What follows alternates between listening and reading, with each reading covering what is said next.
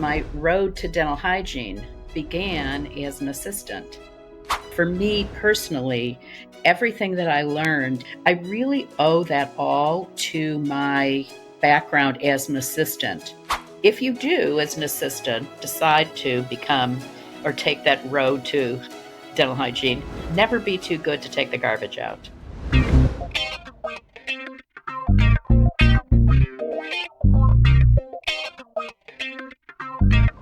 Hello, everyone. Welcome to this episode of the Dental Assistant Nation podcast. I'm so glad you joined us today. I'm so glad as well to have Sherri Warshaw, RDH, on with us as well. Sherri, how are you today? I'm great. I'm so happy to be talking to you. I am glad to have you on. You and I have talked a little bit in the past, and I'm so glad you're finally on the podcast. But before we dive into the topic for the day, I'd love for our audience to know a little bit more about you. So I am a 51-year veteran of dentistry. I am still active in dentistry in a couple of roles. I don't practice clinical hygiene anymore, but for almost the past 10 years, I've been a professional educator with Waterpik's program where we go in and do lunch and learns. And then also around the same time that I started with Waterpik, I started my own company called Smoke Free Steps after I received a certification in tobacco treatment through the Mayo Clinic. So I kind of live in two worlds. One world, clinical dentistry, kind of just in a drop in, drop out, but working directly with patients, counseling them nicotine cessation. That's awesome. That's such an important thing. So thank you for doing that, because I know that's something so many of our dental professionals struggle with at times, is how to talk to patients about that.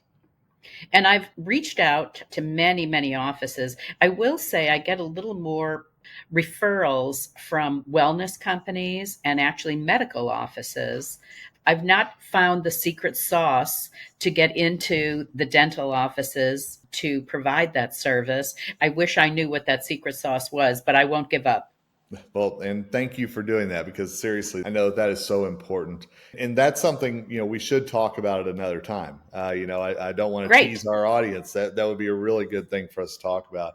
But I want to make sure we talk today about, that acronym RDH, and I know for you, RDH stands for something different. Tell me a little bit about that and why that's important to you. So I love to use that acronym RDH as my road to dental hygiene. And my road began as an assistant. Nice. And I find that it was so beneficial to my clinical practice. And I also taught dental hygiene. I taught in a hygiene program at University of Cincinnati for 7 years in their clinic. And many of our students had been assistants and were looking to further their education. But for me personally, everything that I learned in dental assisting, from patient management to materials, to talking to patients, to developing rapport with my coworkers, to being a team player, I really owe that all to my background as an assistant. And so I'm so excited to be able to talk to assistants to kind of give them a round of applause for how much they do and how much it influenced me in my career. Well, we love people that give those kudos to assistants. And obviously with your background, you know what it takes to be assistant. You know the hard work that goes into that. You said that this was a decision for you. What was it that first kind of pushed you from assisting into hygiene, whenever you just made that decision? Well, I always wanted to be a hygienist. And I was very young when I got into dentistry. I was literally still in my teens. And I lived in Miami, Florida. And that particular hygiene program that I was applying to had a years and years long wait list. It was a very small program at that time. And so I was not just going to sit and wait. So I decided to go to assisting school. I went to a dental assisting program, and then they helped to place you. We all got internships. And so I interned as I went to school and then went into assisting. Now, my name literally never came up on that list. So I actually did not go to school in Florida. I didn't go to hygiene school until I was in my 30s. Okay. And I graduated when I was 42 years old. And Hey, I that's went to great. school with 3 children and a husband who was flying around the world. So it was very, very challenging. But I'm very proud that I did graduate number one in my class and actually number one in my college. Well, kudos to you for that, knowing what all that you were doing outside of hygiene school to make that work.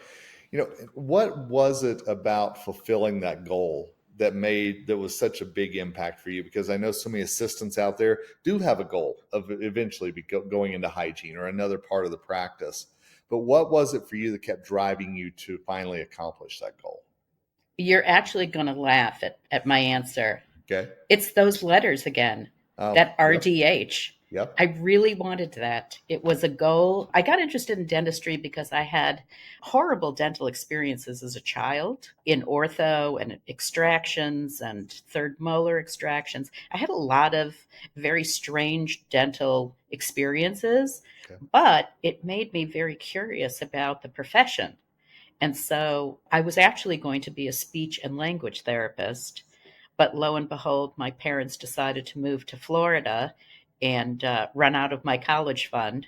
So I was kind of scrambling, again, wanting that RDH, Yeah. but I did get that DA. So that was very good. And I think all things happen for a reason. I don't think I would be the hygienist that I am today or that I was clinically or as an instructor or even in my current role as a Mm-hmm. professional educator. One thing that I really pride myself on is going into an office, and very often they'll say, well, you want to just talk to the hygienist. It's like, no, I want to talk to everybody, and particularly the assistants, because very often they have a stronger rapport with the patient than maybe the hygienist. And there's a trust issue there. So I love to elevate their status because I think it's so important. Well, I'm going to say thank you for that, because anybody who's out there helping people understand just how important dental assistants are, tip of the cap to you certainly for that one. You mentioned a few minutes ago that you help dental assistants now, who want to become hygienists. What are some of the things that you're hearing from them about why they want to become hygienists? Is it that RDH designation? Is it the pay? I'm curious what you're hearing from this generation of assistants. Well, so I do. I'm every year I'm invited as the water pick educator to go back to my program and do a presentation for sometimes it's first year students, sometimes it's second year students, and a lot are motivated by dollars. Sure. And I do kind of try to talk them off the cliff of the dollars to realize that this is a commitment. It's a very taxing job. It's very repetitive. It's hard on your body. In some ways, assisting is less hard on your body because you're getting up, you're moving around, you're not doing the same thing over and over with that repetition. So making them understand what it is to actually be a hygienist, because I think a lot of times, particularly people who aren't or haven't been in assisting for a long time, really don't have a grasp of what all it entails. And so, for instance, last year, the dropout rate in hygiene programs was pretty high because once people got into it, they're like, well, I don't want to do that. So there is that kind of middle road that will give you dollars and a lot of satisfaction and allow you to get up. And that's being an AQP. AQP or expanded assistants are very popular in my area. Good. And I think that's a fantastic kind of middle ground, particularly if you are artistic. If you have that artistic bend where you really like to put that anatomy back into the tooth, are you really into that? I think sometimes an AQP can maybe do a better job than the dentist because this is what they're really, really focusing on rather than worrying about, oh, I have a crown prep next. Mm-hmm. I love that you're very realistic with these young men and women that are wanting to switch careers because, I think so many of us don't know what something's really like until we get into it.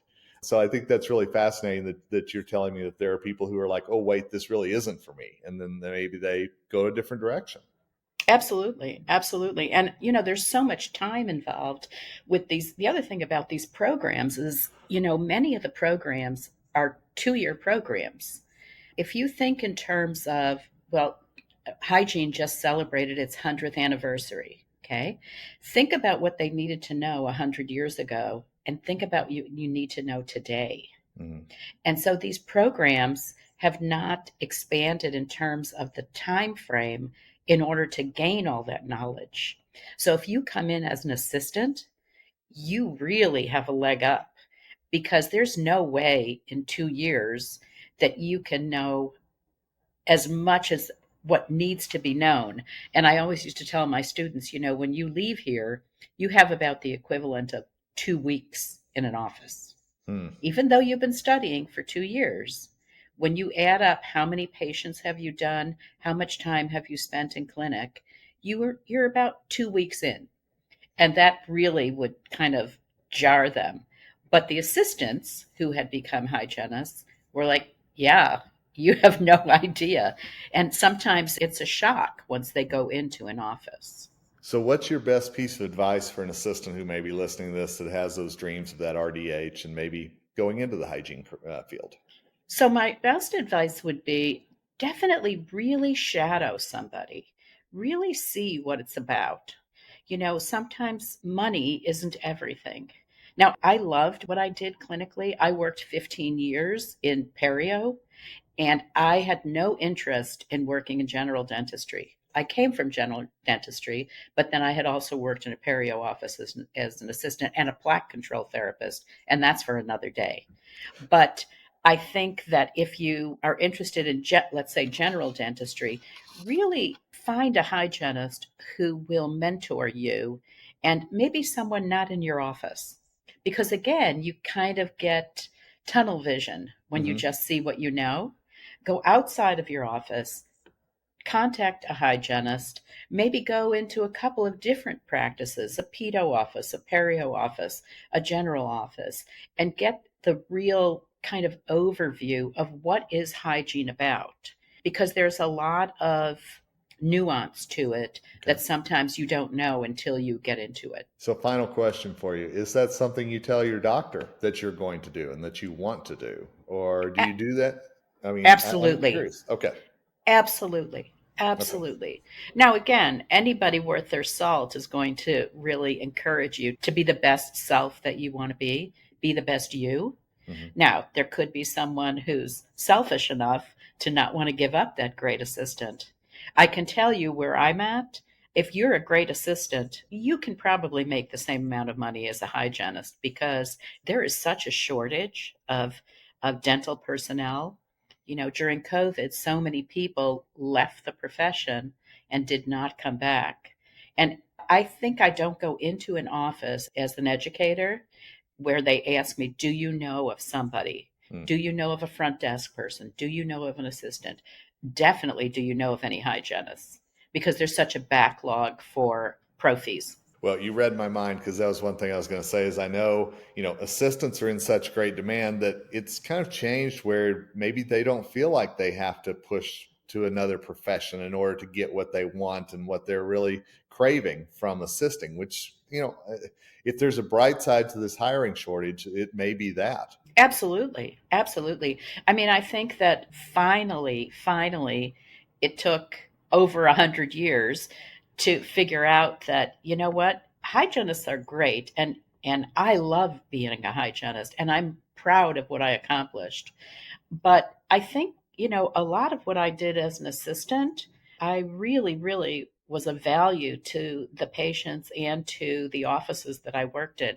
And I loved the staff that I worked with. There's a camaraderie sometimes between assistants and staff that sometimes the hygienist doesn't get. And it depends on what your personality is. But a lot of times in offices, there's what they call the prima donna syndrome. No. And so my parting advice is if you do, as an assistant, decide to become or take that road to dental hygiene, never be too good to take the garbage out. I love that. That's good advice all the way around right there, for sure. Hey friends, I'm heading to Nashville this year to speak at Accelerate the Dental Revenue Workshop. This isn't just another event. It's packed with real strategies, real solutions, and the kind of insight that actually moves your practice forward. If you're ready to grow, lead, and finally make your systems work for you, grab your ticket. Use my code KevinH to save $150, and I'll see you in Music City. And Sherri, absolutely. I want to have you back. Let's talk smoking cessation. Let's talk, that AQP. Let's talk a lot of different things. But before I let you go, I want to make sure people know how to get a hold of you, because you've given some great nuggets of knowledge here. And there may be some assistants out there who want to reach out and pick your brain a little bit. What's a good way for them to reach you? Absolutely. I love to share with other dental professionals. So my email is probably the most direct, and that's my name, Sherri, Sherri, Warshaw, Warshaw, @gmail.com. And then you can contact me at www.smokefreestepsllc.com. And we're going to put both of those in the show notes so that it's an easy way for you to find Sherri, learn more about her. And, as you said earlier, and again, I'm going to tease the next time we get together, I think it's really important that dental practices are armed with that knowledge to talk to their patients about why quitting nicotine is so important. So thank you for what you're doing there. Thank you. And thanks for inviting me. I'm hoping that some of your audience reaches out, because I'd love to talk to them one-on-one. Dental Assistant Nation listeners, there's your cue right there. There's your invite. Reach out to Sherri. We love bringing people on the program who are passionate about dental assistants and are also willing to help dental assistants in any way as well. So Sherri, thanks again for the time today. Thank you. And thanks to all of you for listening to this episode. We love bringing on people like Sherri who are passionate about dental assistants, because we are as well here at the Dental Assistant Nation podcast. And until next time, this is Kevin Henry for Dental Assistant Nation, signing off and wishing you nothing but success ahead.